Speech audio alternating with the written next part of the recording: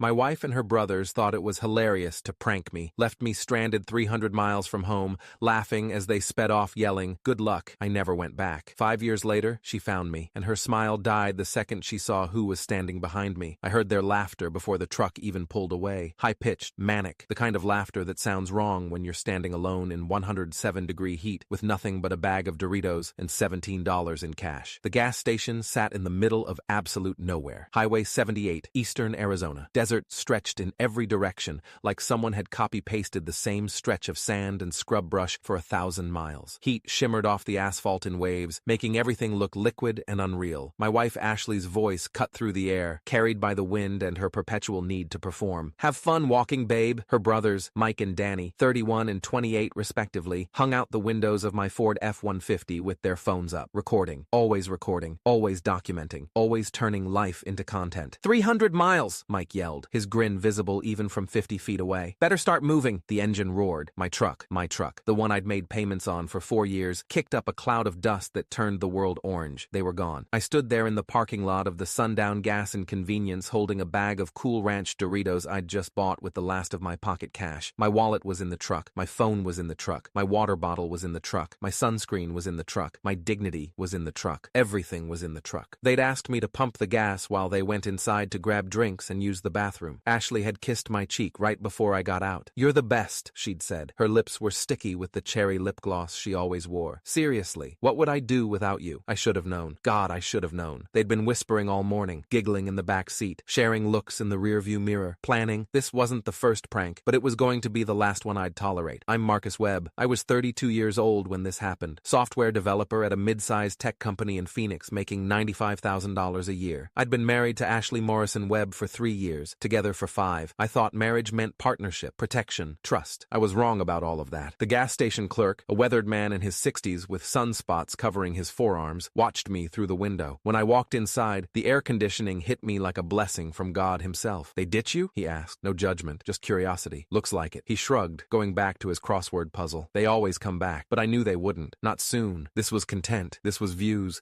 This was me suffering for their entertainment. And the longer I suffered, the better the payoff. The more dramatic my reaction when they finally rolled back up with the cameras running, the more engagement they'd get. I asked to use his phone. He slid an ancient cordless across the counter. I dialed Ashley's number from memory. It rang 4 times, then went to voicemail. Her voice, bright and bubbly. "Hey, this is Ashley. I can't come to the phone right now because I'm probably making memories. Leave a message and I'll get back to you when I can." I didn't leave a message. I tried Mike's number, Danny's number. Both went straight to voicemail. "Can I get you something?" the clerk asked. "Water? You look like you could use water." "I don't have any money. They took my wallet." He grabbed a bottle of water from the cooler behind him and slid it across the counter. "On the house. Anybody who gets ditched in this heat deserves at least that much." I drank the entire bottle in about 30 seconds. The cold water hitting my stomach felt like salvation. My phone buzzed one last time before it died. I could see the screen light up in the truck's cup holder through the dusty window. A text notification, probably from Ashley. Probably something performative. Probably something designed to look good when they posted the screenshots later. That's when I made my decision. Not in anger, not in rage, in something much colder and more permanent than that. In clarity. I'd been here before. Not physically, but emotionally. In this exact space of humiliation while they laughed. 2 years ago, Ashley had surprised me at work by showing up in a ridiculous costume. Full clown makeup, rainbow wig, the works, and proposing to me all over again in front of my entire office. I'd already said yes once. We were already married, but she wanted the video. She wanted the reaction. She wanted me to look surprised and delighted while my coworkers filmed and she racked up views. I'd smiled. I'd played along. Because that's what you do when you love someone, right? You support their dreams, even when their dreams involve humiliating you for internet strangers. 18 months ago,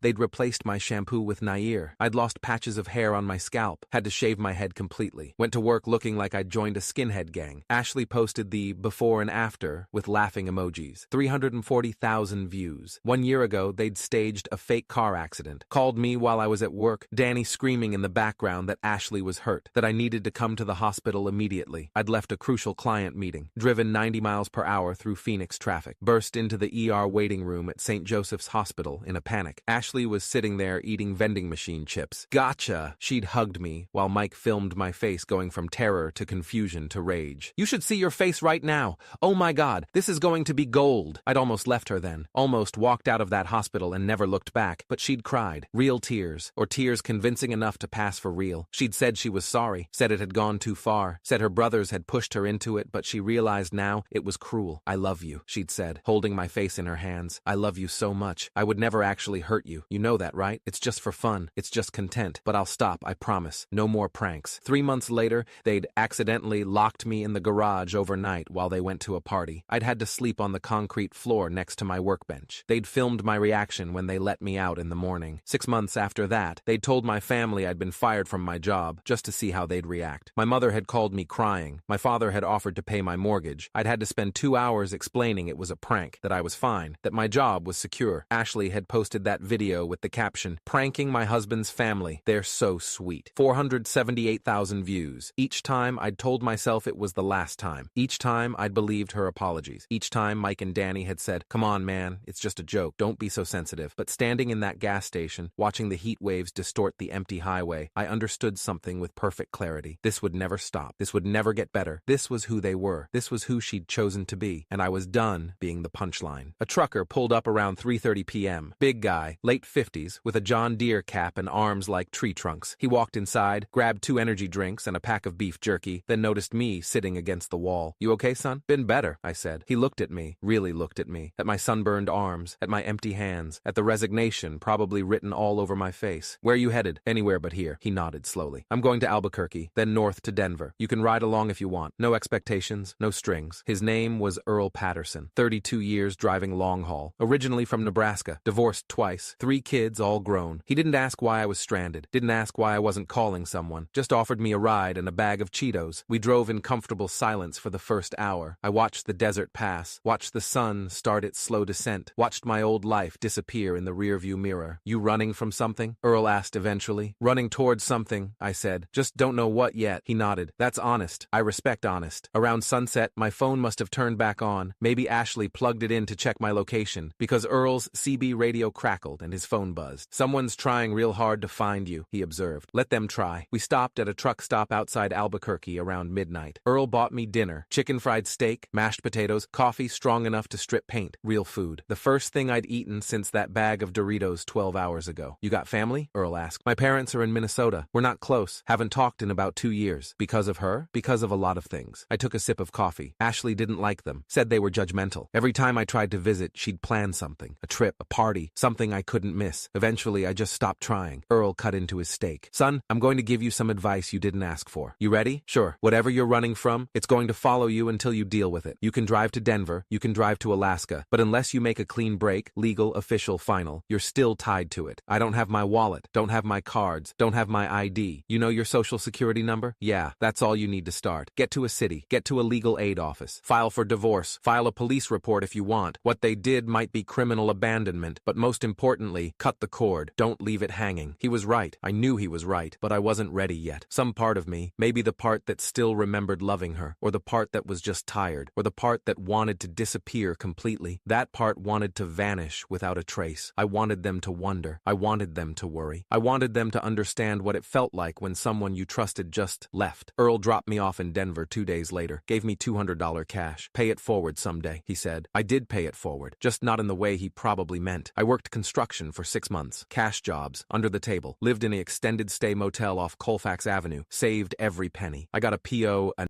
box, contacted my employer through an anonymous email, told them I was taking a personal leave for family emergency. They approved 6 months unpaid. I went to Colorado Legal Services, spoke with attorney Maria Vasquez, 16 years of family law experience, who listened to my story without judgment. "Do you want to file for divorce?" she asked. "Eventually, but not yet." "Why not?" "Because I want her to understand what she did, and she won't understand until she feels what I felt." Maria leaned back in her chair. "Mr. Webb, I can't advise you to disappear on your wife. That's not legal advice I can give, but I can tell you that Colorado is a no-fault divorce state. When you're ready, the process is straightforward. Will she be able to find me through the filing? If she hires a lawyer and they do their job? Eventually, yes. But there are ways to maintain privacy during proceedings." I thanked her, left, and decided to wait. 3 months became 6. 6 became a year. I moved to Monterey, California. Small coastal town, beautiful, quiet, far from Arizona, far from Ashley, far from the person I'd been. I got a job with a local tech startup, Webflow Solutions, small company, 15 employees. They didn't ask too many questions about the gap in my employment. I was good at my work. That was enough. I found a therapist, Dr. Patricia Monroe, 23 years practicing clinical psychology. She specialized in trauma and emotional abuse. abuse. What you experienced, she said during our third session, has a name. It's called intimate partner abuse, emotional and psychological abuse. The pranks weren't jokes. They were systematic humiliation designed to make you doubt your own perceptions. She said she loved me. Abusers often say they love their victims. Sometimes they even believe it. But love doesn't look like what you described. Those sessions saved me, gave me language for what I'd experienced, gave me permission to be angry, to grieve, to start rebuilding. 2 years in, I met someone. Her name was Sarah Chen, 34, attorney at Chen & Associates, a boutique family law firm in Carmel. Sharp, brilliant. She had this way of looking at you that made you feel seen, really seen, not as content, not as a punchline, as a person. We met at a coffee shop. She was reading case files. I was working on code. She asked if she could share my table. We started talking. Haven't really stopped since. I told her everything on our 5th date, about Ashley, about the pranks, about being abandoned in the desert, about disappearing. She listened, didn't interrupt, didn't judge. When I finished, she said, very simply, "You deserve better." Not, "I'm sorry that happened." Not, "That's awful." Just, "You deserve better." Like it was a fact. Like it was something I should have already known. We built something real. Something without cameras, without performance, without the constant anxiety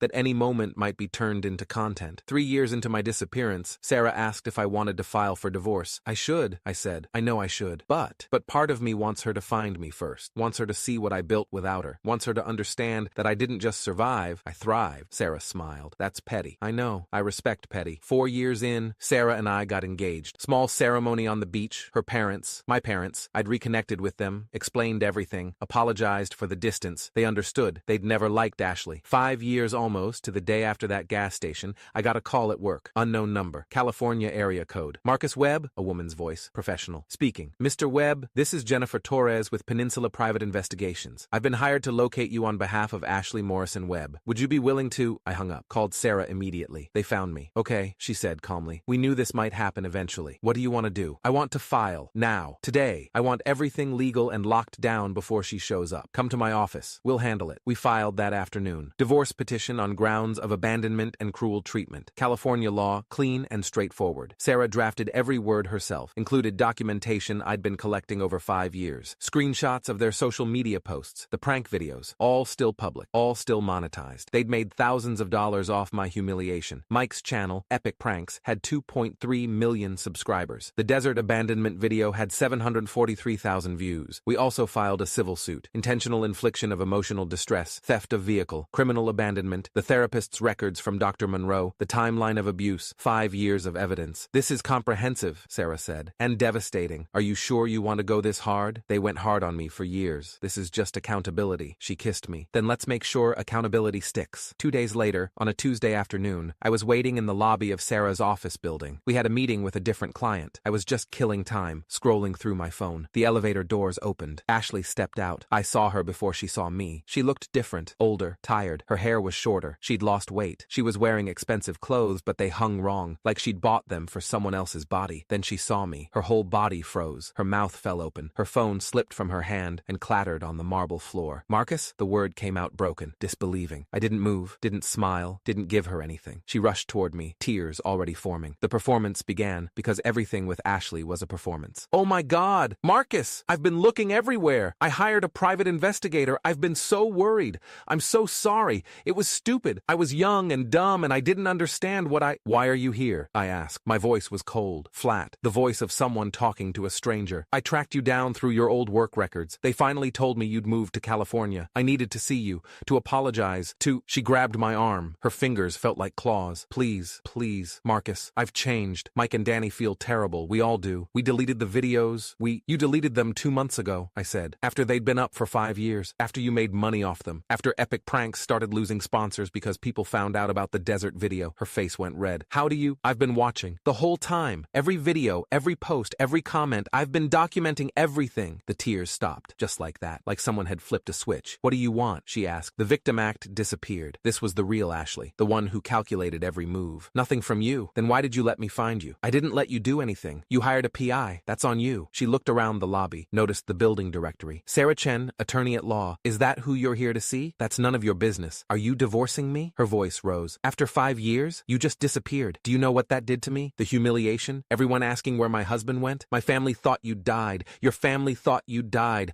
I'm a victim here too." I almost laughed. Almost. "Humiliation?" "Yes. My channel lost followers. Mike's sponsors dropped him. Danny couldn't get partnership deals. We lost every everything because you just vanished. Good, I said simply. Her face twisted into something ugly. You're pathetic, you know that? You couldn't handle a joke. You couldn't handle— The elevator dinged behind me. Sarah stepped out. Professional, polished, power suit, heels that clicked on marble like punctuation marks. She walked straight to my side and kissed my cheek. Ashley's eyes went wide. Who is this? Sarah extended her hand. The left hand, the one with the engagement ring. 3 carats, princess cut, impossible to miss. Sarah Chen, Marcus's fiancée, and his attorney. I watched the blood drain from Ashley's face, watched her mouth open and close like a fish, watched 5 years of assumptions shatter in real time. Attorney? Ashley whispered. Sarah pulled a folder from her briefcase, the one we'd prepared yesterday, the one we'd hoped we'd need. We filed for divorce this morning. You'll be served within the week. We're citing abandonment, emotional cruelty, and systematic abuse. You can't— We did. Sarah's voice was professional, calm, the voice of someone who'd done this 1,000 times. You'll also be served with a civil suit, intentional infliction of emotional distress, criminal abandonment, theft of vehicle, false imprisonment, remember the garage incident, and unlawful monetization of humiliation content. That's not— You can't prove— Your brothers posted the videos publicly. Sarah pulled out her tablet, showed Ashley the screen. This is the desert abandonment video. 743,000 views. It's been preserved as evidence, along with 47 other videos showing documented abuse. Ashley stumbled backward. Those were jokes, pranks. Everyone knew. California Penal Code 368B1 defines abuse of a dependent adult, Sarah continued. While Marcus doesn't qualify as a dependent adult, California also recognizes emotional abuse in divorce proceedings, which is what we're filing. Additionally, civil law in California provides remedies for IIED when someone intentionally engages in extreme and outrageous conduct. She handed Ashley the folder. Everything's in there. The filing, the evidence, the documentation from his therapist, the timeline, the financial impact analysis showing he lost approximately $18,000 in work due to stress leave following your pranks, and the police report. Police report? Ashley's voice cracked. Marcus filed a report last week. Criminal abandonment. The Maricopa County Sheriff's Department is reviewing. They might press charges. I pulled out my phone, showed Ashley a screenshot of the police report. Case number 2024 MC 847392. Filed with Deputy Robert Martinez. 17 years with MCSD. You wanted me to let it go, I said quietly. I did. I let go of you. But the law doesn't forget. Ashley looked at me, at Sarah, at the folder in her shaking hands. Marcus, please. I came here to apologize.